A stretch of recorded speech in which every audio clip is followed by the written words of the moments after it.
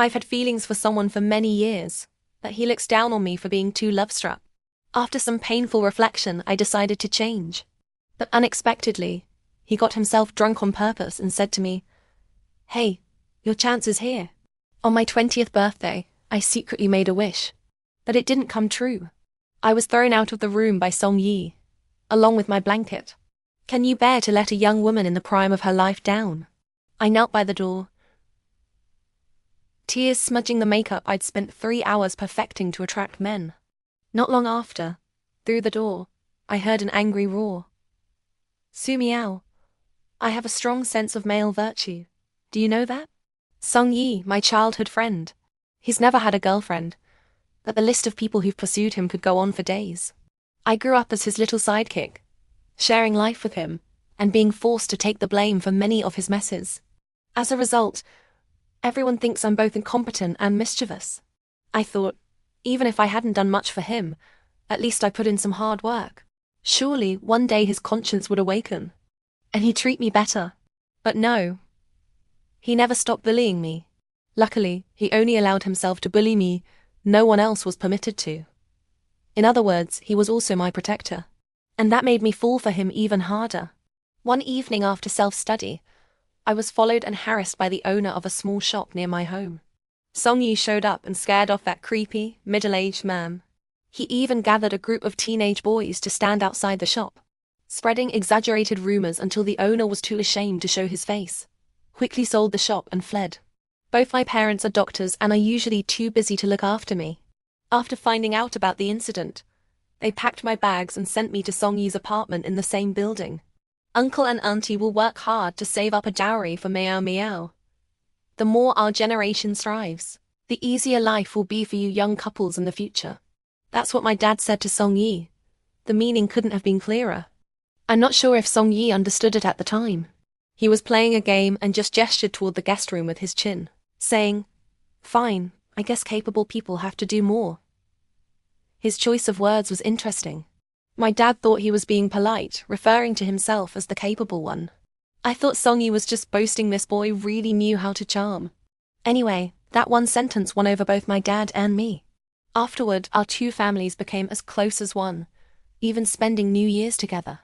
It wasn't until we went to universities in different cities, far apart, that we were separated. "Song Yi, will you come visit me?" I tugged at his sleeve as I boarded the train. "Of course not. I'll be too busy in college," he said, looking full of anticipation. Feeling worried, I replied, "All right then, I'll wait for you to visit me." The first time I went to visit Song Yi at his university was on National Day. The excitement I'd felt for 3 days before the trip turned into an unstoppable, silly grin the moment I saw him in person. Passing students couldn't help but glance our way. The sun was shining just right, and a gentle breeze rustled the young man's white shirt. He bent down to meet my gaze, his fringe brushing lightly against my cheek. So tender it was intoxicating. "Did you get stupider after starting college? If a girl smiles when she sees you, it means she really likes you." Such a simple truth, yet Song Yi didn't get it. Who was really the silly one here? I visited Song Yi many times after that. Each time he was surrounded by a crowd, never lacking female followers. I couldn't help but feel anxious and uneasy. Finally, at 20, I couldn't hold back any longer. I decided to take a bold move to secure my position once and for all. Once the arrow is released, there's no turning back. If I don't succeed today, it'll be hard to face him again in the future. I continued kneeling by Song Yi's closed door and asked gently, "Song Yi, are you hungry?" Something heavy thudded against the door. "No matter how hungry I am, I wouldn't eat you." He was being a bit oversensitive. "Song Yi, what I meant was I'm hungry. Could you come out and make me some longevity noodles?" There was no reply from the other side. I pressed my ear against the door to listen. Maybe it was my imagination, but I thought I heard some faint rhythmic sounds. My mind immediately conjured up all sorts of inappropriate images. My heart raced and my ears burned hot. I shouldn't have spent so much time on those websites. It was all my roommate's fault, always sharing little knowledge points with me. After a while, when the sounds inside stopped, I cautiously asked, "Are you hungry now?" No one answered.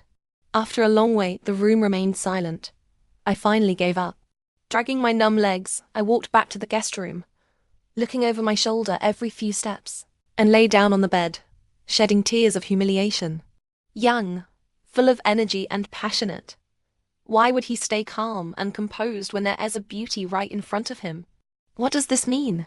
My roommate Zhao Ai sent me a long voice message in an excited tone, with several seconds of her pretending to be profound and contemplative, as if she'd made a major discovery. I thought to myself, you're a lifelong single, what could you possibly analyze? Soon, Zhao Ai sent another message. You need to be careful. It is very likely that your childhood friend has already been won over by one of his roommates. That's not true at all. I clearly heard those sounds coming from his room. Just thinking about it made my face burn again. Exhausted from overthinking, I collapsed on the bed and stared blankly at the ceiling. Suddenly there was a sharp knock at the door, followed by Song Yi's cold voice. The noodles are ready. Come out and eat them yourself. I have something to take care of, so I'm going out. Stay here by yourself. I quickly jumped up to open the door, but there was no one outside. On the dining table was a bowl of noodles that looked, smelled, and tasted amazing. Fragrant green onions were sprinkled over the clear broth, and the perfectly round, golden fried egg looked especially tempting. I took a sip of the soup, and the steam fogged up my eyes, making me want to cry. When I was little, my parents never had time to cook for me. You could say I grew up eating the noodles Song Yi made. At first, he could only make plain broth noodles, and the salt was always either too much or too little. They weren't very tasty. But I stuck to the principle that since I couldn't cook myself, I shouldn't complain when someone else did. So I ate them all. Later, when Song Yi noticed I wasn't growing much and was too skinny, he started experimenting with more types of noodles, and the taste improved dramatically with each attempt. Song Yi, do you like girls who are a bit chubbier? Once, when he was forcing me to eat another bowl of noodles, I couldn't help but ask him. He rolled his eyes at me without hesitation. I'm just afraid I do feel guilty about the living expenses your dad gave me. You're so flat it's embarrassing. At the time, I didn't believe a word of it. Instead, I thought Song Yi was a truly kind-hearted young man, the type who does good deeds without seeking recognition. Snapping out of my memories, I picked up my phone and carefully took a picture of the bowl of noodles in front of me, then posted it on my social media. The caption read, "This is the meaning of persistence and the motivation to keep moving forward." After posting, I kept checking to see if that person had liked or commented on it. But nothing came. The room was so quiet I could only hear my own breathing and the hum of the appliances. I couldn't help but call Song Yi. When he answered, it was noisy on his end. Deafening music drowned out any conversation, making it impossible to communicate. In less than 10 seconds, he hung up and sent a WeChat message. Busy. Don't wait for me. What kind of business requires going to a bar? What could be more important than spending time with your childhood friend on her birthday? Could it be that the old saying is true? Childhood friends can't compete with new encounters. Song Yi, you've seriously offended me. With my pride intact, I moved out of Song Yi's place overnight and returned to my own little apartment, living a life of ordering takeout and staying up late watching dramas. My parents were busy preparing for a major surgery recently and were extremely unaccustomed to my sudden presence. They kept urging me to go back and live at Song Yi's place. I was indignant. I'm not his child bride. Why should I live at his place every day? My dad, it's not that different. My mom, really? You're 20 years old and still haven't won over Song Yi? Nothing could hurt more than that. On the 4th day after moving back home, I grew tired of takeout and decided to showcase my culinary skills by making a hot, hearty meal to reward my fragile stomach. But while I was cleaning the fish I'd bought, it suddenly sprang to life, threshing wildly. I screamed in terror, accidentally knocked over the pot, spilled the salt, and fell, crushing the trash can with my fall. Looking at the disaster zone that was my kitchen, I tearfully opened the food delivery app. Sometimes, it's wise to know your limits, a lesson I've now learned. If only Song Yi were here, I wouldn't have to suffer like this. In the past, he always complained that I was inefficient and made too many mistakes, so he never let me help with these tasks. You could say he played both father and mother, turning me into the lazy, clueless person I am today. After tearfully finishing the terrible takeout, I lay on the sofa for a while, Just as I was about to get up and clean the kitchen, a sharp pain suddenly shot through my stomach. Clutching my stomach, I curled up on the sofa, thinking the pain would eventually subside as it usually did. But instead, it only grew worse. Cold sweat broke out on my back, and my hands and feet trembled. I quickly grabbed my phone and called Song Yi. Such a rare opportunity to play the helpless damsel in distress. I couldn't let it slip away. Song Yi, come to my place quickly. I'm not doing well. If you hurry, you might still hear my bank card password, I said, trying to sound pitiful despite the pain. Your measly savings aren't worth it, he replied, his voice low and groggy, as if he'd just woken up. Fine, you're ruthless. I'm really in pain. If you don't come soon, you'll have to attend my funeral, I yelled. Oh, that won't do. I'd have to spend money on a gift, he said. I could hear rustling sounds as he got dressed. Is the spare key to your place still in the usual spot? Yeah, it's there. Hurry up. He hung up, looking at the dark screen. Even though tears were streaming down my face from the pain, I couldn't help but feel a little smug. Song Yi still cared about me. In less than 10 minutes, Song Yi arrived with his bedhead hair and his shirt on inside out. Leaning on his broad back, I groaned in pain while also feeling triumphant. Song Yi, seeing how worried you are about me, I could die without regrets. But don't worry for your sake. I'll definitely hold on. Could you please stop exposing your love-struck tendencies? I'm afraid I might lose my temper. Carrying me down 7 flights of stairs left Song Yi panting heavily. Sweat dripped from his sharp jawline onto the back of my hand, which was wrapped around his neck. My heart swelled with emotion, and my voice cracked with tears. Song Yi, you have no idea how amazing you are. Oh, I'm well aware. But you still shouldn't be so love-struck. His tone was unusually cold, nothing like his usual way of speaking. Remembering how he'd gone out to have fun at a nightclub on my birthday, I carefully chose my words and asked, Song Yi, do you have a girlfriend? Song Yi turned his head impatiently. Just stay quiet. Even after leaving the hospital, I still couldn't get a clear answer from him. Refusing to give up, my eyes brimming with tears, I clung to Song Yi's arm and whined pitifully. A young maiden like me, gravely ill, urgently needs a handsome, kind-hearted big brother to take care of her. Bonus points for 8-pack abs, long legs work too. He clicked his tongue in annoyance and pushed me away. Both your parents are well-known doctors. With a minor illness like this, you won't die unless you go looking for trouble. I sniffled. But I am the type to look for trouble. You know that. Perhaps annoyed by my shamelessly stubborn attitude. His expression turned cold, and his tone became stern. Su Miao, you can't rely on me for everything. I won't always be by your side. You need to grow up. His sudden seriousness frightened me. I shook my head, tears finally spilling over. He must have a girlfriend. That's why he said that. It's not that I can't be independent. I just want to depend on him. Using any excuse to openly spend time with him. Sharing every step forward and every retreat. We walked back in silence. After dropping me off at home, he was about to leave when he suddenly stopped at the sight of the kitchen disaster zone. He turned back, looking utterly speechless. Did you do this? Sprawled on the sofa, clutching my still aching stomach, I said pitifully. If I said the fish started it, would you believe me? Clearly he didn't. And he didn't bother arguing. Rolling up his sleeves, he walked into the kitchen and started tidying up with practiced efficiency. I watched from the sofa, shifting positions now and then, and offered my commentary. Excellent men always use chores like laundry, cooking, and cleaning to hide their inner joy. He turned and glared at me fiercely. What joy? The joy of raising a good-for-nothing? The joy of raising a good-for-nothing. Somehow, that phrase felt oddly comforting.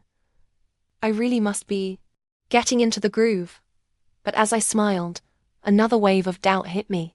I tiptoed over to Song Yi. He seemed to sense something and suddenly turned around, only to slip on a puddle of water left on the floor. He stumbled and fell toward me. I couldn't dodge in time and ended up cushioning his fall. Thankfully, he quickly protected the back of my head with his hand. Our bodies were pressed together, and Song Yi's lips brushed the corner of my mouth. That warm, soft touch was hard not to fantasize about. I stiffened. My reason told me, This is the moment to test your composure. If he doesn't make a move, I absolutely won't stick my tongue out first. But Song Yi seemed even more flustered than I was. He scrambled to his feet, his entire face flushed red, his hair practically standing on end like a startled cat. Why were you standing so close to me? I lay on the floor, looking up at him innocently. I can't get up. I might need. Before I could finish, he bent down and roughly hauled me to my feet. His movements were clumsy, clearly rattled, maybe even angry. It hurt, and I dropped the act, getting back to the point. Song Yi, I just want to know. Do you have a girlfriend or not? Our eyes met. His Adam's apple bobbed. Suddenly, a ringtone cut through the tension. It was Song Yi's phone.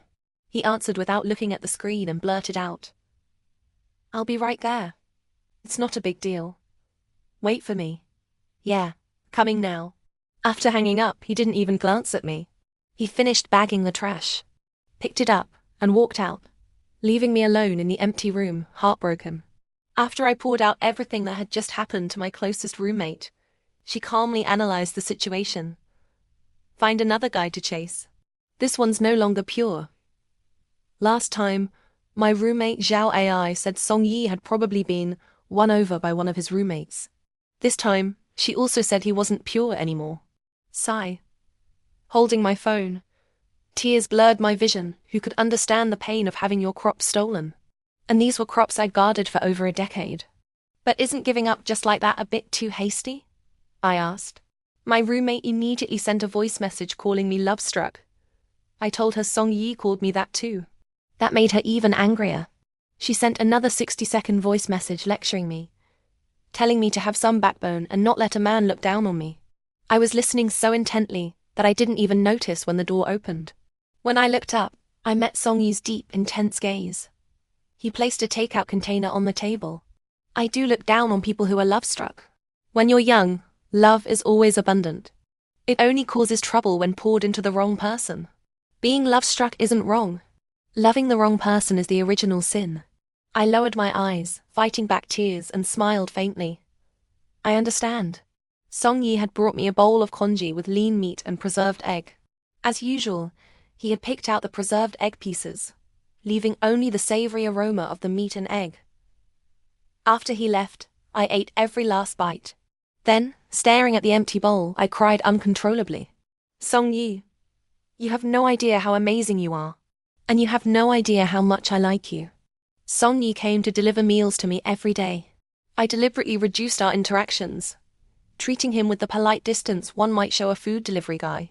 He didn't seem to find it strange, coming and going freely, always busy. My stomach is better. You don't need to take care of me anymore. On the 5th day, after noticing a strawberry-shaped band-aid on his neck, I finally made up my mind. He continued tidying up skillfully, not even turning his head. It's fine this time. But if I don't keep an eye on you, there'll be a next time. I can find a clean place for takeout.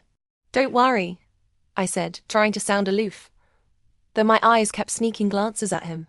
Under the warm-toned light, he had rolled up a sleeve, revealing the smooth lines of his forearm.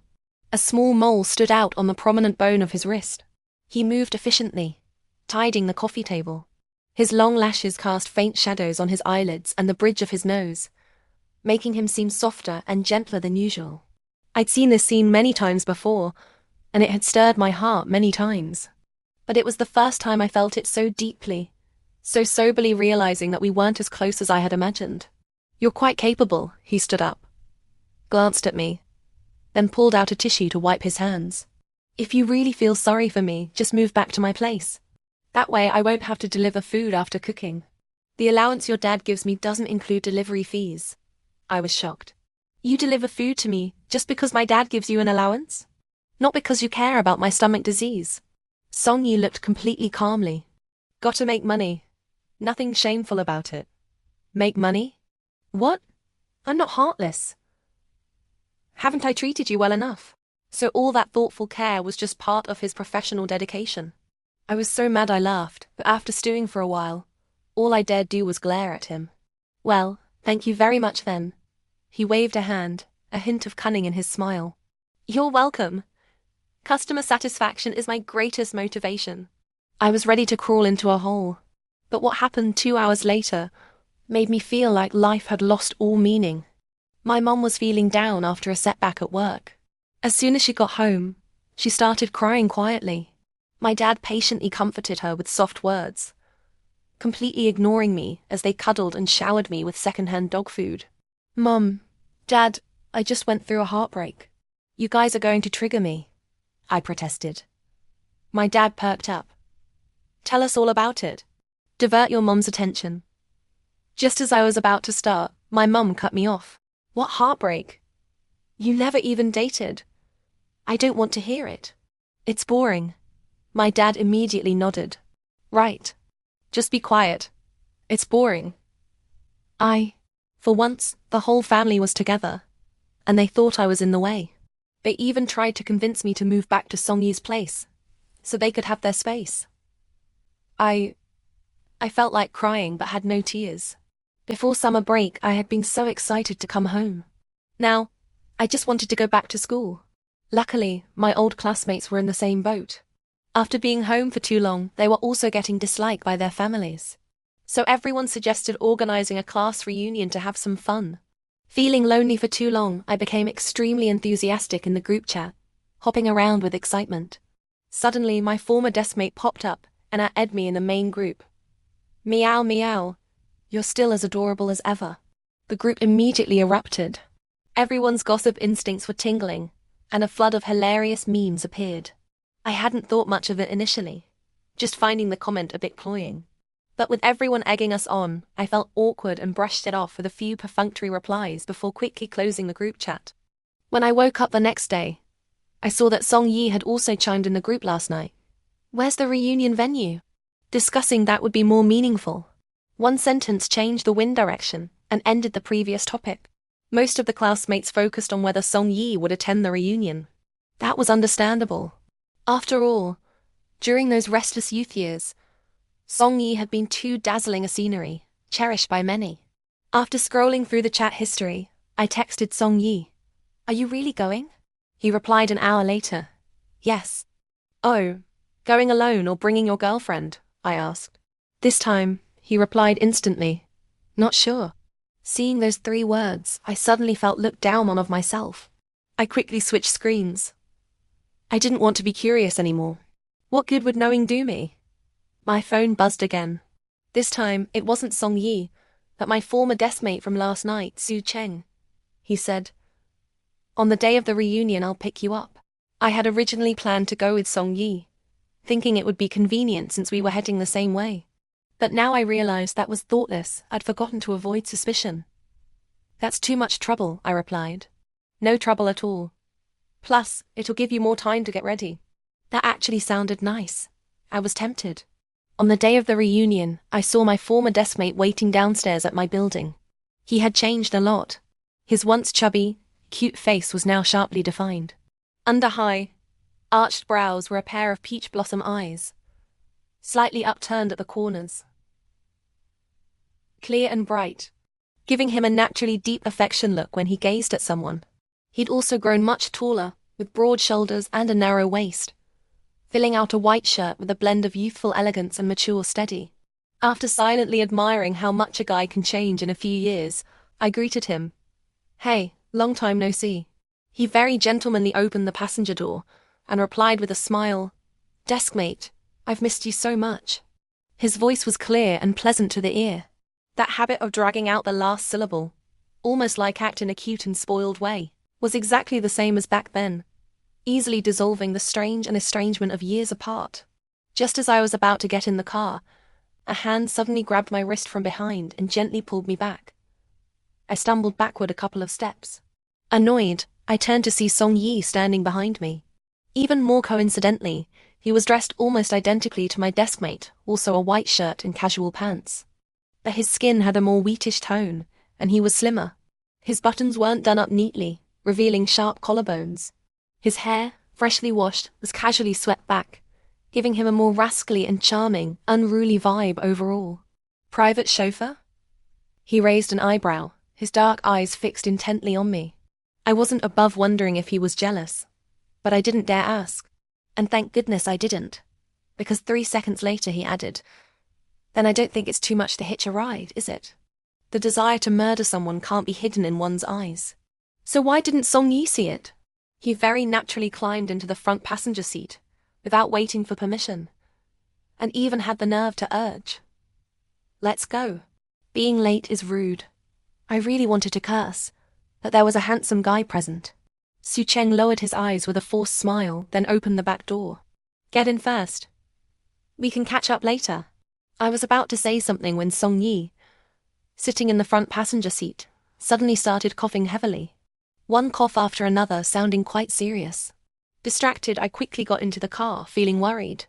It wasn't until Song Yi stopped coughing that I regained my reason. I shouldn't be paying so much attention to him. Maybe it's good to look at the person right beside me. I shifted my gaze to Su Cheng, who was driving. He happened to glance at me through the rearview mirror, the corners of his lips lifting slightly. The crescent-shaped eye bags under his eyes made the affection in his gaze seem even more sincere and moving. I couldn't help but blush. How could there be a guy with such naturally peach blossom eyes? Wasn't he created by Nua to test people's willpower? And why hadn't I noticed his potential to become a major heartthrob back then? It's all Song Yi's fault, for blinding my otherwise wise eyes. Somehow, Song Yi started coughing again, even more violently this time. He only gradually stopped after I pulled my gaze away from Su Cheng. A group of people with shared memories raised their glasses, chatting about the past, their words flowing effortlessly. But I hid in a corner, trying to cover up the obvious. Because my youth could be summed up in just 2 words: Song Yi. An unrequited love that consumed all my energy but went nowhere. Really shouldn't he be chewed over again, at a moment like this? You've become so quiet now, completely different from before. Su Cheng walked over from the guy's table with a drink in hand, standing beside me, a flicker of something in his eyes. I looked up, forcing a smile. What was I like before? He leaned down, his breath brushing my ear, a hint of ambiguous in the air. I once described you like this in my diary. As if on purpose, he paused, tilting his head, watching me quietly. Nervously, I leaned back, putting some distance between us. The corner of his mouth lifted with a trace of a smile. As radiant as the morning sun, as lively as a white rabbit. My heart skipped a beat. Startled, I stood up and fled, my steps flustered. As I passed by him, he let out a low chuckle. Might be a bit pretentious. Don't mind me. I was being sentimental back then. Just wanted to use beautiful words to describe a beautiful person. Not far outside, someone suddenly appeared beside me. Where are you going? His breathing was a bit unsteady, as if he'd run after me. I turned to look at Song Yi, tucking a strand of hair behind my ear, replying weakly, "Going to the bathroom." "Alone?" He glanced around, looking confused. I stopped walking, staring at him, inexplicable. Otherwise, "Do you want to come with me?" Song Yi didn't reply but followed me anyway, even waiting outside the bathroom. I was baffled and speechless. "Dude, do you realize how creepy you look right now?" His eyes widened instantly, flustered and annoyed. "You have no idea about my good intentions, you clueless, love-struck fool. I'm just worried you'll get hurt." "What do you mean? How am I a love-struck fool? I've been holding back, can't you see?" My temper flared too, all the pent-up frustration from before boiling over with the help of the alcohol. "Weren't you stealing glances at that Sue? What's his name the whole time at the table? And acting all ladylike? Wasn't that just for him? Calling you a love-struck fool, am I wrong? This guy really knows how to jump to conclusions. Besides, he's good-looking. What's wrong with looking? It just proves I'm mentally and physically healthy with good taste. And he dares to say I was acting ladylike. Does he think my true self is some foot-scratching slob?" Fuming, I shook my head and finally grabbed his hand, biting down hard on his wrist. He grunted in pain, pushing my head away with his free hand. I refused to let go. "You should be secretly thrilled to have a good friend like me, both a brother and a father figure. And you dare bite me? I'm telling your dad. Both a brother and a father figure." Nice phrase. I released Song Yi's hand and wiped my mouth with the back of my hand. "You're something else. I want to get with you, and you want me to be your dad." With that, I walked quickly back, accidentally twisting my ankle. Song Yi reached out to steady me, but I swiftly avoided. "I wouldn't dare touch you." Afraid I'll get dirty and have nowhere to wash it off. You have a girlfriend now. Stay away from me. Stay away. Stay away. You can't have me, so you hate me now. Faintly, I seemed to hear this muttered complaint. For the rest of the gathering, I drank glass after glass, trying to get myself drunk enough to dull the depressed of unrequited love. At some point, Su Cheng sat down beside me. He didn't say much, just kept pouring drinks for me. The tips of his ears and his neck were tinged a faint red, probably from the alcohol. I don't know how much time passed before I propped my head up and, through blurry eyes, smiled at him. Su Cheng, are you getting close to me because of Song Yi? I'm not your love rival other women are. Under the influence of alcohol, my thoughts grew increasingly bold and odd. It wasn't just the drunkenness. Actually, all these years of liking Song Yi, I've always been like this, feeling like the whole world was out to steal him from me. And I was alone, isolated and without help, surrounded by enemies, completely devoid of a sense of security. Su Cheng's gaze was clear and penetrating, as if he could see right into a person's heart. After a moment of silence, the corner of his mouth lifted slightly, and he enunciated each word. I know who my love rival is. Suddenly intrigued, I lunged toward him. Grabbing his shoulders, asked eagerly, Oh? You've done your homework well, young man. Share with me. Quick. As soon as I finished speaking, Song Yi appeared out of nowhere, grabbed the back of my collar, and hauled me up from my seat. She's drunk. I'm taking her home. Without letting me speak, he dragged me away. I refused to go, struggling and reaching for Su Cheng. At the same time, Su Cheng stood up and took my outstretched hand. I'll take her home. Song Yi's gaze turned cold. She's so clueless. You can't possibly be interested in her, right? He looks down on me again. He always looks down on me. I complained to Su Cheng, looking aggrieved. Su Cheng didn't look at me, his eyes still locked with Song Yi's, not backing down an inch. I like her just the way she is. The atmosphere instantly froze. The surrounding classmates stopped what they were doing, adopting as a bystander postures. Song Yi narrowed his eyes, offering a lazy smile as he uttered softly, Oh, I don't allow it. What doesn't he allow? My brain short-circuited, ponder over those words repeatedly. By the time I regained my senses, I was already outside on the street with Song Yi. Cars whizzed by continuously. People came and went. A bright moon hid behind dark clouds, peep at the world below. But below, I cleared my throat and wriggled my wrist, which was still curled in Song Yi's palm. You're hurting me. He ignored me but loosened his grip slightly. You're so focused on male virtue, and you have a girlfriend now. It's not appropriate for you to be pulling and tugging with me, I continued, trying to break free. He abruptly stopped walking, staring intently at an alley to the left. Following his gaze, I saw a tall man lurk in the shadows, kicking a disheveled woman on the ground again and again. Listening closely, amidst the lively street sounds, faint cries for help could be heard. Without thinking twice, I immediately picked up a stone from the ground and charged over, ignoring the changing panic and hatred on Song Yi's face. The man was highly alert. Before I could even raise the stone, he noticed, turned around, revealing a violent and cruel face. Get lost. The courage amplified by alcohol instantly deflated like a leaky balloon, shrinking away. But I knew I couldn't back down now. Steeling myself, I yelled back, I've already called the police. You still have time to leave now. I'd hoped to scare him off, but instead, he grinned and threw a punch straight at my face. I froze in fear, my breath caught, squeezing my eyes shut tight. I felt the rush of air from the punch, but it never landed on my face.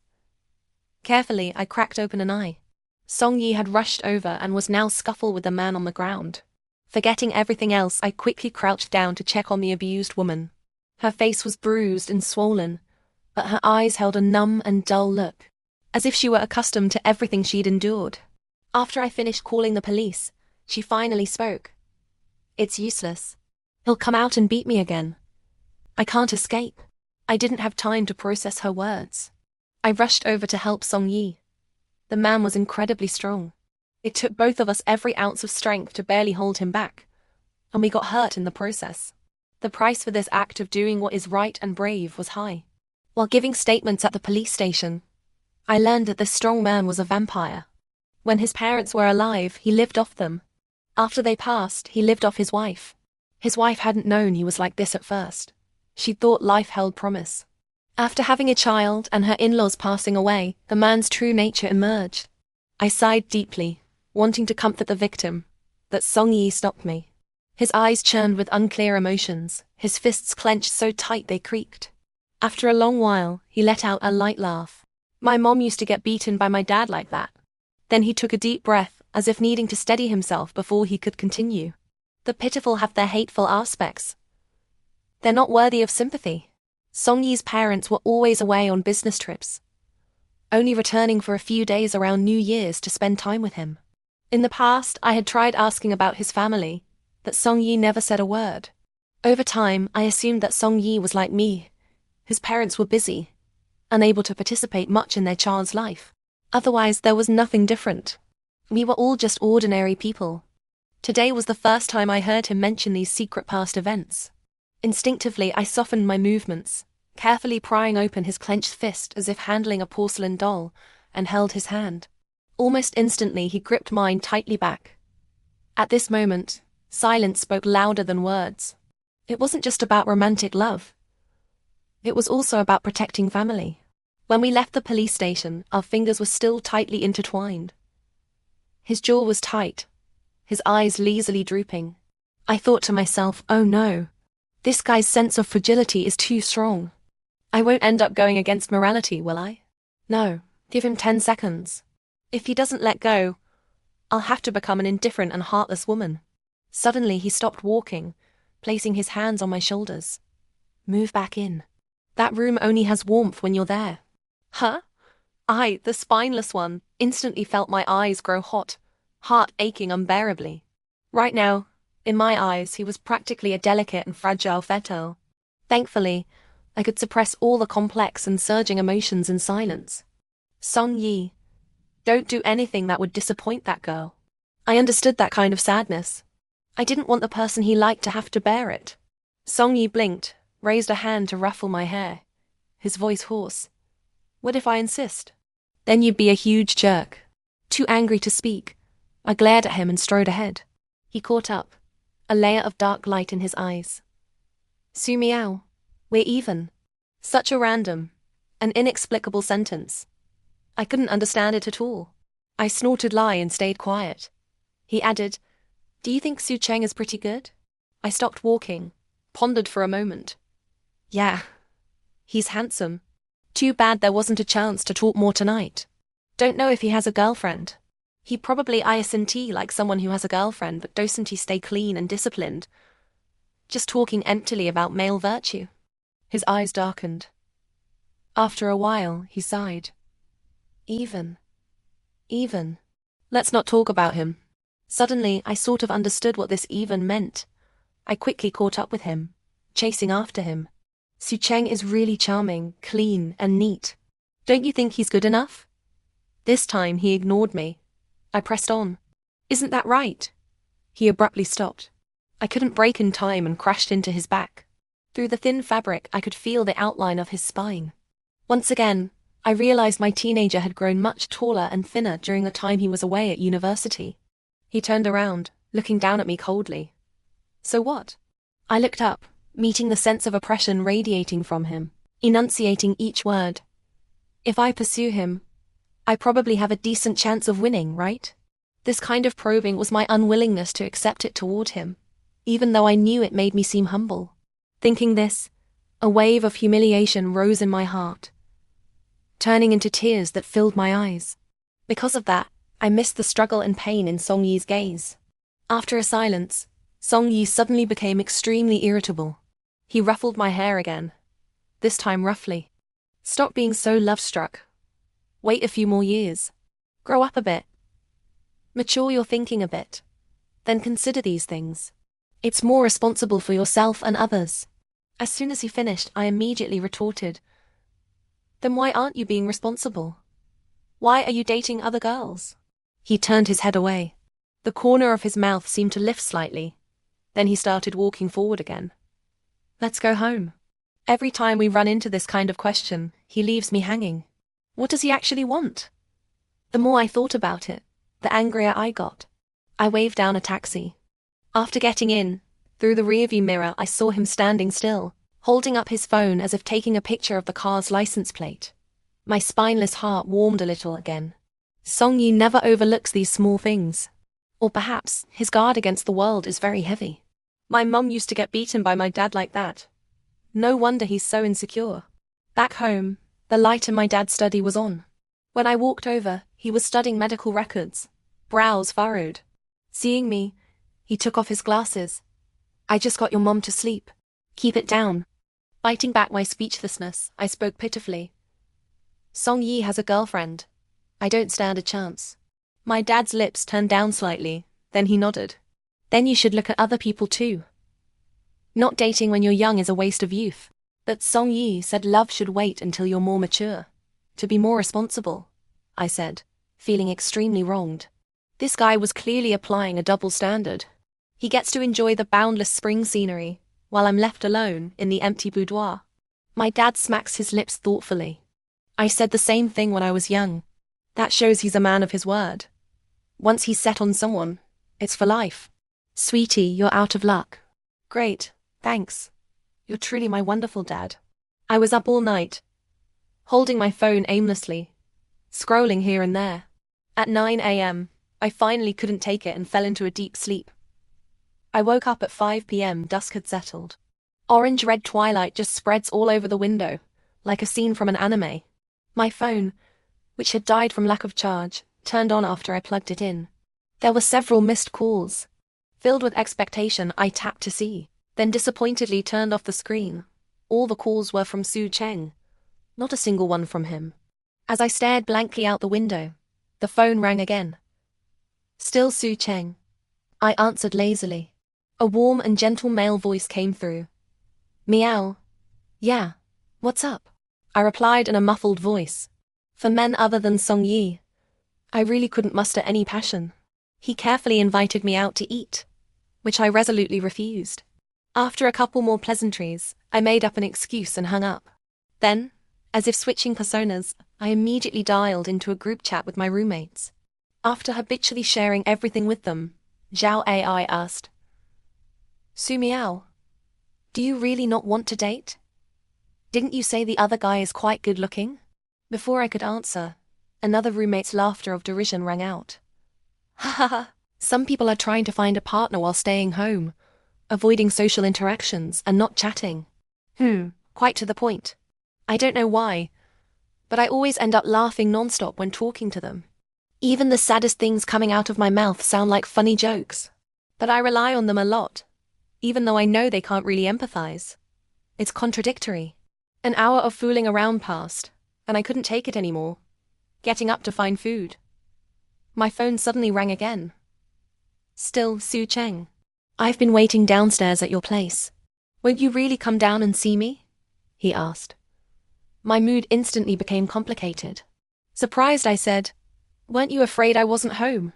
He let out a low laugh, sounding somewhat shy. "I've been waiting downstairs since this morning. I never saw you leave." My mood grew even more complicated. I opened my mouth but couldn't bring myself to refuse again. "I haven't washed my hair, and I'm too lazy to put on makeup. Are you sure you want to eat with me?" I asked. His smile became more obvious. "We were desk mates for so long. I wiped your drool when you fell asleep in class. How could I dislike you now? Those past events really don't need to be brought up again. Don't I have any face? Deskmate, I still remember your ugly crying face when you secretly ate spicy sticks in class and couldn't handle the heat," I retorted. Bring on the mutual harm. With this exchange, the atmosphere between us became much more comfortable and natural. When we met, he was dressed neatly in a grey sweatshirt with casual pants, with fresh hair and bright eyes, standing beside a black SUV like a vibrant little poplar tree. As for me, go without makeup, loose white t-shirt, jeans, sneakers thrown into a crowd. It might take several minutes to pick me out. Maybe you should wait for me to wash my hair. Looking like this next to you is doing you a disservice, I said, still possessing a shred of shame. He narrowed his eyes, his smile warm and gentle. Do you know the saying, "In the eyes of a lover, one becomes a beauty"? Ah? Startled, I stepped back repeatedly, but he approached me step by step, took my wrist, and led me toward the passenger seat of his car. We have plenty of time. Don't make it too troublesome. Better to spend your time and energy getting to know me. Are guys these days all this proactive? No foreshadowing at all? For a moment I couldn't tell if he was a master in love. I even felt a bit like asking for advice. If I could also say these things, understand these romantic nuances, I could probably win over 10 Songyis, right? After I got into the passenger seat, Su Cheng leaned over to help me with the seatbelt. When he got close, I clearly saw the tips of his ears red and congested. The fresh scent of laundry detergent wafted into my nose, making my face feel hot and my heart beat faster.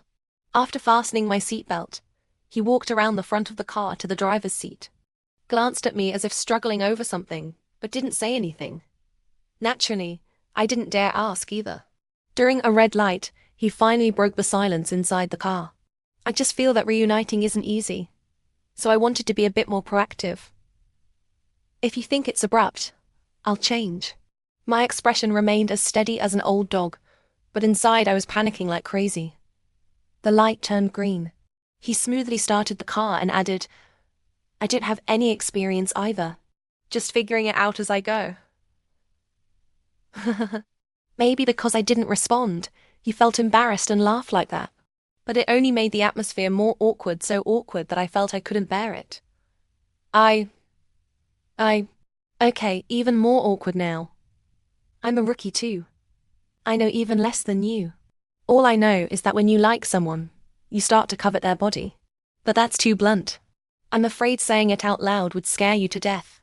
We remained awkward all the way to the restaurant. It wasn't until after a couple of drinks during dinner that I barely regained some social skills. Su Cheng, I think you go to university in the same city as me. Why didn't you ever reach out before? I asked.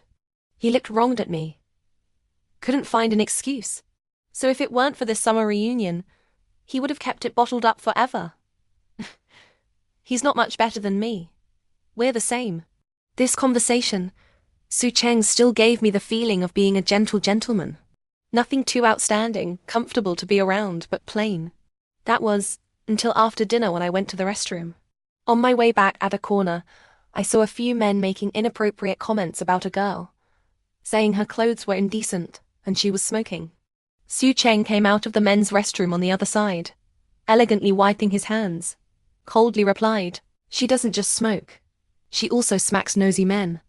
Wow, both cool and wild. The men exchanged glances, then scattered, cursing and swearing, toward the kitchen area. Su Cheng casually tossed the tissue into the trash, acting like nothing had happened. As he passed the girl who'd been commented on, she stood up and stopped him, smiling brightly and flamboyantly. Handsome, can I get your contact info? You just killed it back there.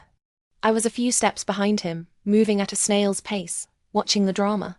Su Cheng suddenly turned, walked a few steps to stand beside me, looking triumphant. Sorry, I have a girlfriend. I wanted to explain, but afraid of hurting his feelings. I had to be an obedient tool person. The girl shook her head and sighed. That's such a pity. Hope next time I see you, you're single. This little disturbance made me look at Su Cheng with new eyes. I even started to entertain the idea of letting things develop naturally to see where they go. But sometimes fate is so bizarre, it makes you gasp. A few days later, Su Cheng and I really did run into that girl again. She was sitting right beside Song Yi, still smiling brightly and flamboyantly, wearing a black sequined mini dress, holding a cigarette. Song Yi's jacket draped over her legs. We were separated from them by just one wine table. Around us was the messy chaos of a food street. People at every round table were loudly discussing careers, pressure, this ridiculous life. The sound of clinking bottles carried the passion of long-suppressed emotions. Su Cheng acutely perceived I wanted to flee and held my wrist first. The late-night snacks here are really good. It'd be a shame not to eat. My eyes dodged, suppressed the urge to look towards Song Yi, but I couldn't help it. After a few back and forth, I felt like I was about to have a split personality. This stimulation is too much for someone at my level, I said in frustration. Su Cheng leaned closer, patted my head with a reassuring manner. It's okay, I'm here. Buddy, you're only a few levels above me. We're like the top lane in a game peacefully farming, not engaging in team fights. Just as I was fidgeting, feeling restless and uneasy, a glass of wine suddenly appeared before me. Following the hand holding the glass, my gaze collided with Song Yi's. His slender figure blocked the light source, and shadows covered his face. I couldn't see his expression clearly, only feeling the sense of oppression emanating from him. After several seconds of silence, he spoke first. "Why didn't you come say hi to me?" My throat was so dry I couldn't make a sound.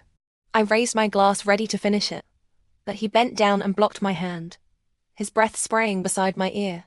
"If your stomach isn't good, don't learn to run out drinking in the middle of the night." His words made me extremely irritable. This way he has of seeming to care and not care at the same time is truly tormenting. If he doesn't want to bear my feelings, he could just exit cleanly. I wouldn't pester unreasonably, insisting it has to be him. But giving me these faint and indistinct hopes, what does that mean? I practically spoke through clenched teeth. "None of your business." Song Yi's breath hitched. Just as he was about to speak, Su Cheng cut him off. "Song Yi has always taken care of you like a big brother, so he's used to it. But it's fine. From now on I'll be here. I'll take care of you. Take care of your stomach." Song Yi lowered her eyes. The next second, without warning, he threw a punch that landed squarely on Su Cheng's face. He also spoke almost through clenched teeth. "Who allowed you to define our relationship? I've raised this person for so many years. What gives you the right to take care of her?"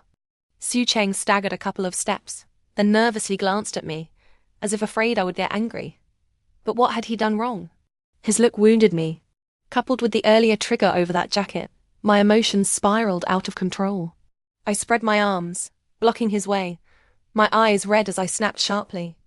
"Song Yi, are you out of your mind?" Song Yi's fist, hanging at his side, trembled faintly. He stared straight at me, lips pressed tight, not saying a word. Did he even know how much torment his silence was for someone filled with hope? How many times had I teetered on the edge between giving up and holding on, yet still trying to show him my best self? How hard was that? Did he understand? No, how could anyone not understand? He just didn't care. In his world, there were too many people and things more important than me. As a tear fell, I turned around to look at Su Cheng. "If you're angry, you can hit him back. I'll cheer for you." Su Cheng raised his hand and pressed his thumb against his reddened cheekbone, smiling gently. "If there's a next time, I'll know what to do. But let it go today. Your feelings matter more." I took a deep breath to keep from breaking down in tears. All these years on this lonely journey of striving alone, even I hadn't paid attention to my own emotions. Finally, someone was looking out for them for me. Just before leaving, Song Yi finally spoke. "I'm single." 4 words shattered my defenses. So he had always known what I cared about. Yet he seemed to enjoy watching me chase after him, jealous and competing for his attention.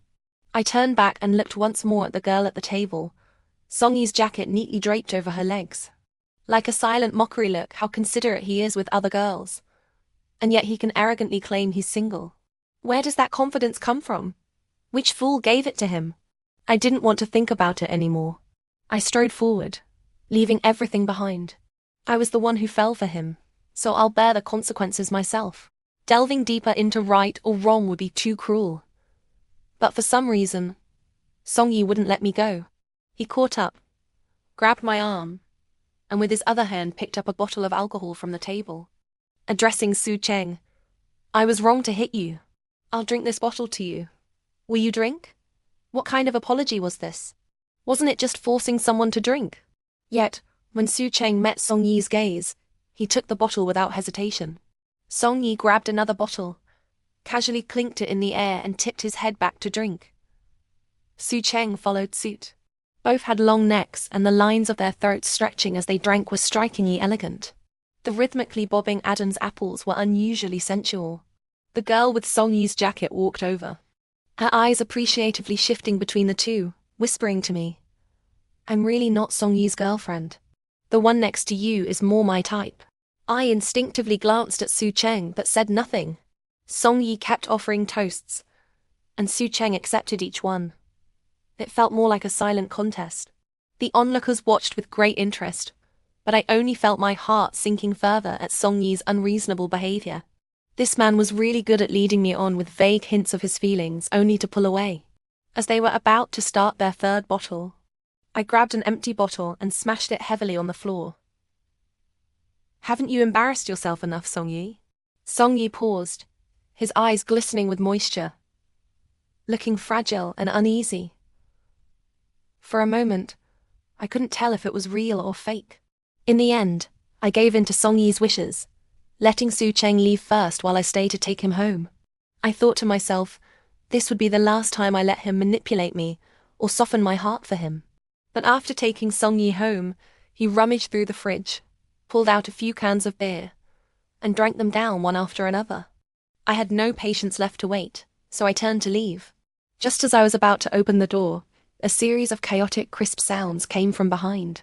Turning around, I saw Song Yi slumped crookily on the sofa, cheeks flushed, gaze unfocused. He raised a hand and beckoned to me. "Hey, your chance is here." I walked step by step toward him, looking down, scanning his face and body inch by inch. I had to admit, he was really good-looking, striking features, deep contours.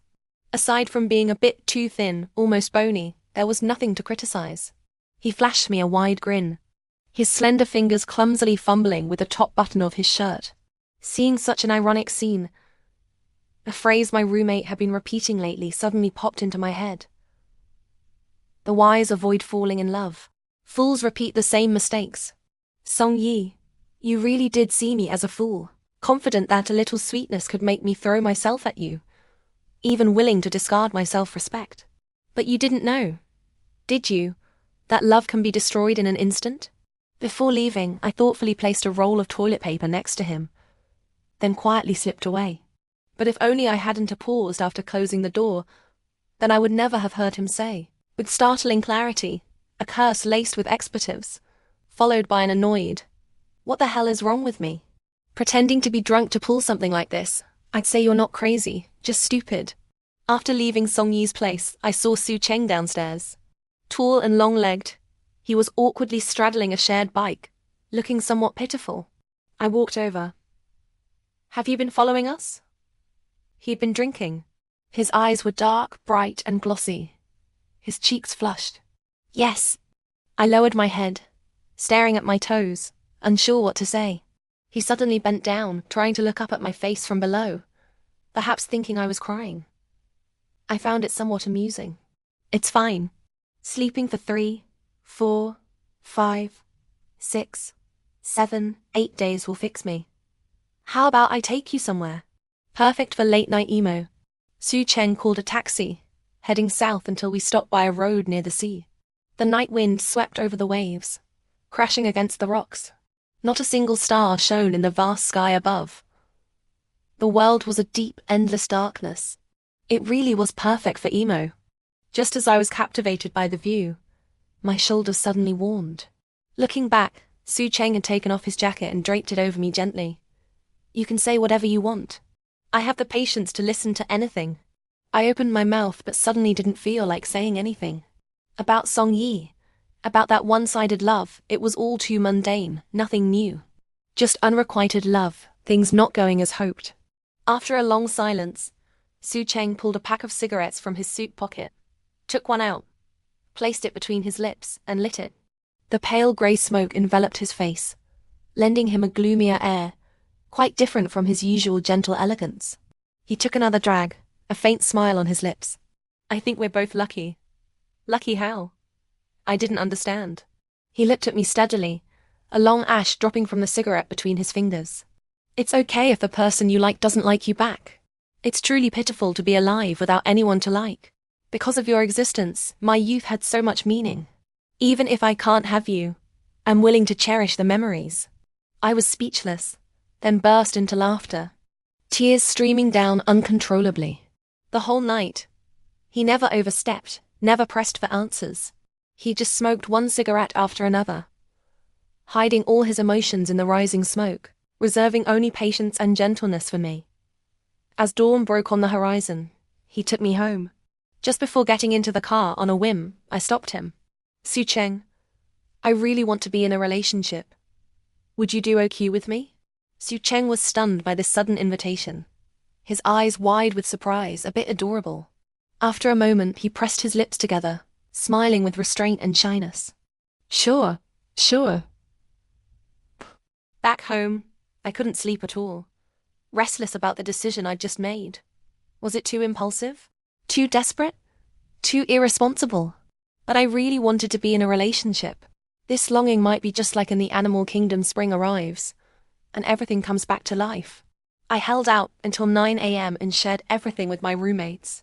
Unexpectedly, they cheered me on, saying it was awesome. What young girl doesn't need some nurturing? Love and no love can change in an instant. Once you see things clearly, that crush can instantly become just some guy. Go for it, girl. Sweet love awaits. They chattered on, and I couldn't get a word in edgewise. It was as if they were the ones who'd gotten into a relationship. Amid the noise, my unease quietly settled. I fell asleep with the voice chat still on. When I woke up, I heard voices in the living room. Sounded like my dad and Song Yi. Young people shouldn't put so much importance on money, my dad said. Uncle, poverty brings sorrow to a marriage, doesn't it? Song Yi's voice was low, sounding tired. My parents fought constantly over money back then. I don't want to live like that in the future. My dad. Then how long do you think Ma Miao can wait for you? Song Yi didn't reply. I've told Miao Miao too, not to do things just to move herself, my dad said, sounding displeased, his tone serious. No matter what you've been through, it's no excuse to drag my daughter along. Song Yi. Uncle. My dad cut him off. All right, you should go now. The door closed, and after a while, I came out of my room. My dad was slumped on the sofa, scrolling through TikTok. Seeing me, he raised an eyebrow. You've been staying up late lately. When I have time, I'll make you some soup to nourish you. I collapsed weakly on the adjacent sofa. I'm in a relationship. My dad wasn't surprised at all. That's good. Then you really should nourish yourself. Aren't you even a little curious? I started doubting myself. My dad paused the video, tilting his head to look at me. Then first tell me, are you curious about why Song Yi came to our house? I wanted to pretend I didn't know Song Yi had come, but he saw right through me, TSKing twice. Liking someone for too long can turn into unwillingness without you even realizing it. It's good that you've moved on first. But Song Yi isn't a bad kid. Maybe he searched for the right words. A bit insecure. What did he have to be insecure about? Song Yi was so good looking, his grades always top notch, standing out wherever he went. What reason did he have to feel insecure? I really didn't get it. Maybe precisely because everyone thinks he's outstanding. He's even more sensitive. My dad countered. Seeing I was still confused, my dad got a bit smug. In the end, your mom and I were just too outstanding, never let you experience the hardships of having no money. What do you mean? Is Song Yi's family poor? It didn't seem like it. My curiosity was thoroughly piqued. The deeper he hides it, the more it shows he cares, silly girl, my dad said, stroking his chin with a profound look. Has he ever talked about his family? He rarely did. Oh, that time at the police station, he mentioned that his dad often hit his mom. Lost in thought, my dad stood up and tapped my head.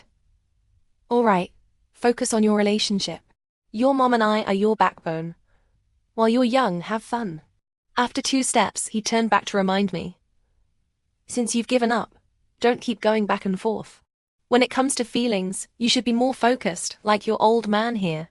Then he chuckled inexplicably and wandered off, shaking his head. Liking someone for a long time without getting a response can quietly turn into unwillingness. It might not sound romantic, but it makes sense. Lying on the sofa, staring at the ceiling, a sudden realization hit me. After all these years of me chasing him, now that I've switched targets, could Song Yi also feel unwilling? Is that why he's been acting so strangely lately? Song Yi, didn't he show up for a long time, probably embarrassed about pretending to be drunk that night, and was avoiding me on purpose? That question faded as my relationship with Su Cheng progressed, becoming blurry and unimportant. I realized that compared to passionate, dramatic love, I preferred simple, steady relationships. Su Cheng would patiently listen to my ramblings, respect my whims, hold my hand at every crosswalk. openly introduce me to all his friends, and play along with my public displays of affection in various settings. When I was wild, he joined in. When I was playful, he indulged me. In countless little details, I felt moved and content, and I stopped dwelling so much on that unfair chase from the past. School had been in session for a while. Since Su Cheng and I were at universities in the same city, the relationship didn't feel hindered. On the afternoon of my birthday, I had no classes and planned to visit Su Cheng at his campus as usual. But at the dorm entrance, I ran into Song Yi. He had clearly dressed up carefully. A neatly ironed shirt, casual pants, fluffy, clean hair, but the dark circles under his eyes betrayed his fatigue. I'd been to his school and knew how tiring the trip was. It seemed he was feeling it now too. Our eyes met, and for a long time neither of us spoke. Compared to my calmness, he seemed flustered. Several times he tried to speak but held back. Finally, I broke the silence. "What brings you here? Have you eaten?" He walked step by step closer, stopping right in front of me, looking down at me. After a long pause, he said, "You blocked me." Once, while talking with Su Cheng about the past, Song Yi inevitably came up. As we talked, Su Cheng got jealous, muttering that he envied Song Yi for occupying so many of my memories. So I secretly blocked Song Yi, thinking that next time something like this happened, I could casually tell Su Cheng I was focused on creating new memories with him. But before that chance came, Song Yi himself confronted me about it. I smiled awkwardly. "My boyfriend's a bit possessive. You know how it is." Song Yi's eyes suddenly darkened, his lips pressed into a tight line. Another stretch of silence. I really didn't want to stand there in a meaningless stalemate. So I took out my phone and texted Su Cheng. "Song Yi's here. After all, we've been friends for years. I should entertain him. Hurry over." Looking up, I met Song Yi's sharp gaze. My heart skipped a beat. He seemed off, almost like he wanted to kill me. Luckily, Su Cheng replied quickly, "Okay, on my way. Take him somewhere crowded first." Wow, he was being cautious. Leading Song Yi around campus drew a lot of attention, which made me uncomfortable. "Why are you so awkward? You used to follow me around all the time," he said. As I tried to step away, he grabbed my collar and pulled me back. "Hey, watch your hands," I screamed internally. Seeing my resistance, his expression darkened further. He stopped abruptly, staring straight at me and raising his voice. "Su Miao, after all these years of history, are we just going to end it like this?" People passing by overheard, their expressions turning gossipy. Some even stopped to watch. I vaguely heard someone murmuring about me two-timing. My face burned with embarrassment. I wished I could dig a hole and disappear. Was Song Yi deliberately causing trouble? "That's all in the past," I said, trying to leave, but he pressed down on my shoulders. He bent slightly, meeting my eyes. "Su Miao, look at my WeChat moments." In all the years I'd known Song Yi, he never changed his profile picture, never posted on Moments, and never initiated casual chats unless necessary. What could possibly be on his Moments now? "You used to say we were too far apart, that you were always worried someone else would snatch me away first, right? Now I post everything I do every day, where I go, who I meet, what I eat, all on Moments. You can check anytime. You don't have to tentatively probe or guess anymore. I've been waiting for you to take me away. I never gave anyone else a chance." Did you know that? Yes, in the past, I desperately wanted to know his every move, always finding excuses to ask, then worrying and overthinking during his long silences. Now his approach was simple and direct. But his timing was off. I didn't need it anymore. As the crowd grew, I grew anxious to explain and spoke bluntly. "Song Yi, affection that comes too late is worthless." Just as I finished speaking, I spotted Su Cheng striding over through the crowd. Under the sunlight, he walked with purpose, his gaze sharp and almost menacing, paired with his messy hair and the slight roundness in his face from all the indulgent eating since we started dating. He looked adorably fierce. Song Yi followed my gaze and immediately let go of my shoulders, stepping back slightly. He lowered his eyes, hiding his expression. As soon as Su Cheng reached me, he took my hand, then turned calmly to Song Yi, expressionless. "Since you came all this way, my girlfriend and I should treat you properly." He emphasized my girlfriend deliberately. Song Yi's eyelashes trembled. He looked up with a faint, cool smile. Treat me properly? Let's see if you have what it takes. Though their voices were low, the tension was thick. I had a headache. The boys' competition resumed over drinks. Su Cheng couldn't hold his liquor as well as Song Yi, but he made up for it with perseverance. He'd drink, throw up, then drink again. No matter how much I tried to stop him, it was useless. Song Yi was drunk too, but hid it well. Leaning on the table, he moved closer to Su Cheng. You know about raising sim games? Before Su Cheng could reply, Song Yi tilted his head, staring straight at me. You were my raising sim girlfriend. He was immersed in the joy of his raising sim game. I was exhausted from chasing and testing, repeatedly disappointed. A dull ache spread through my chest. I suddenly wanted to ask him. Asterisk, do you know what disappointment feels like? The impact of having your passion instantly cool down. Can you empathize even once? Seeing my silence, Song Yi grew agitated. He slammed the table. Why aren't any of you saying anything? Didn't he often respond to me with silence in the past? Now, when it was his turn, he couldn't handle even a moment of it. I picked up a glass of alcohol, downed it in one go, and smiled. What do you want us to say? Pity you? Comfort you? Song Yi, you used to say I had love brain. Well, I've changed. I've learned what it means to know when to stop, to leave room. I should thank you for that. Both Song Yi and Su Cheng were looking at me. Keeping my smile, I continued, I don't regret liking you, but I'm afraid I never really understood you. So Song Yi, let's not stay in touch anymore. Finally, I had a proper reason to say goodbye to the past, not just constantly guarding myself. Afraid memories would resurface and disrupt the present. Under the table, Su Cheng took my hand, his warm fingertips gently stroking my knuckles. I glanced back at him. Earlier, his roommate had hinted that Su Cheng was secretly planning a birthday surprise for me. Combined with his subtle hints and conversations later, it wasn't hard to guess he planned to take me camping to see the stars and sunrise. I hadn't expected today's events to ruin all his plans and waste all his effort. Yet, from start to finish, he hadn't complained once. A warm, comforting feeling spread through me, and I leaned into him slightly. Song Yi slumped back into his seat, looking hurt. Su Miao. He just softly said my name, nothing more. I sighed, stood up with Su Cheng, and said goodbye to Song Yi. Song Yi, I want to be a beam of light that illuminates the people around me, not forever chasing after light. As we stepped out of the restaurant, Song Yi suddenly called out loudly from behind. Happy birthday. I paused but didn't look back. Even though nothing special happened this birthday, I felt utterly drained physically and emotionally. Maybe this is what growing up is. Energy becomes limited, social circles shrink, and you learn to cherish your own emotions, no longer allowing your feelings to be wasted. Su Cheng and I strolled down the empty street. He was drunk, clinging to my arm, giggling non-stop. His silliness made me giggle too. The two of us probably looked pretty ridiculous. After a long while, tired, I leaned against a street lamp, wrapped my arms around his neck, and whispered, It's too late. The dorms are locked. What should we do? Su Cheng rested his forehead against mine. I'm drunk. I can't go back to the dorm either. How about... I held my breath, nervous. How about I take you to, he said slowly, his eyes intense. An internet cafe.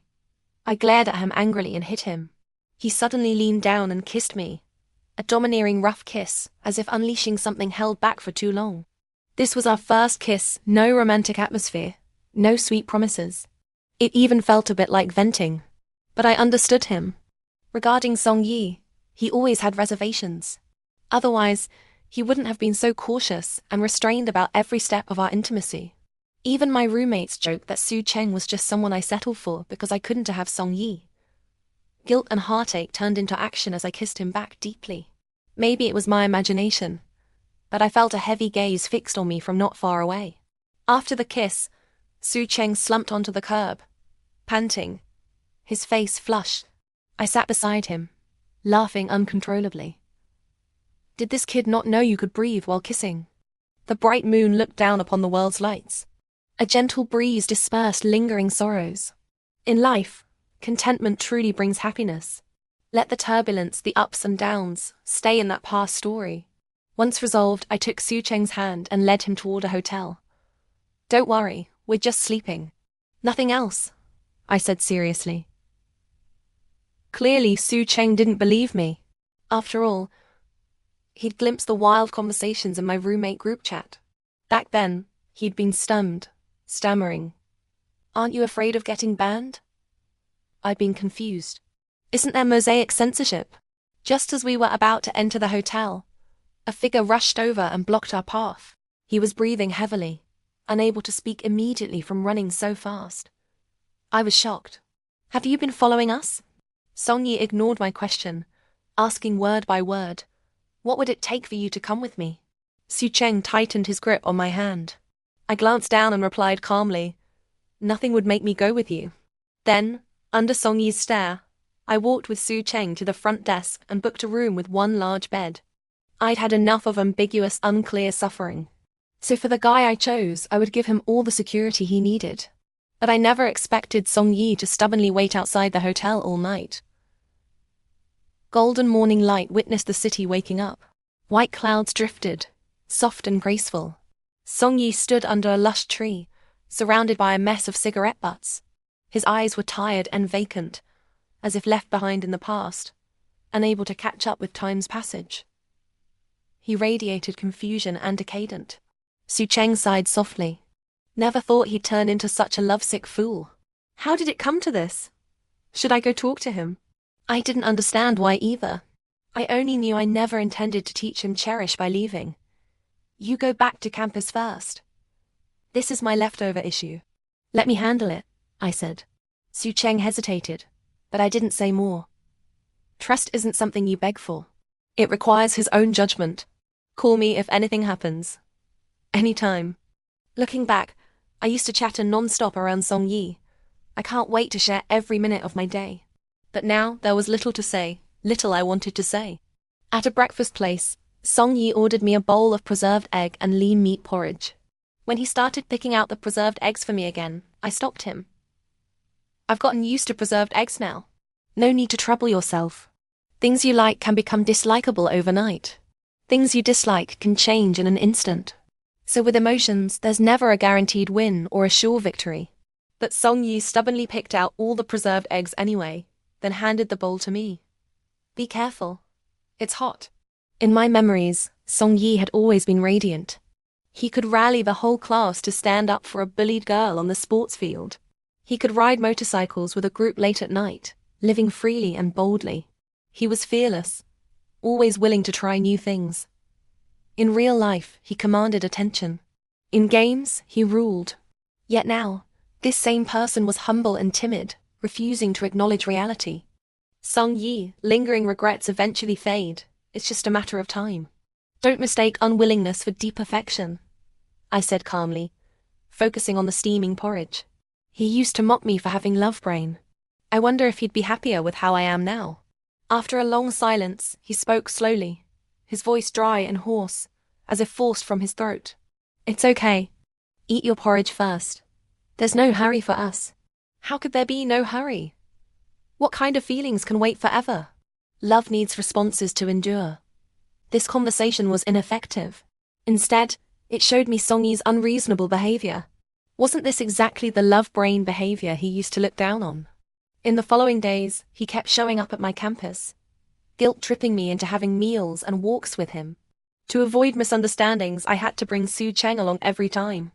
3 people, all suffering. On the 5th day, I accidentally overheard Song Yi on the phone. The person on the other end urged him to return to campus, or he'd surely fail his finals.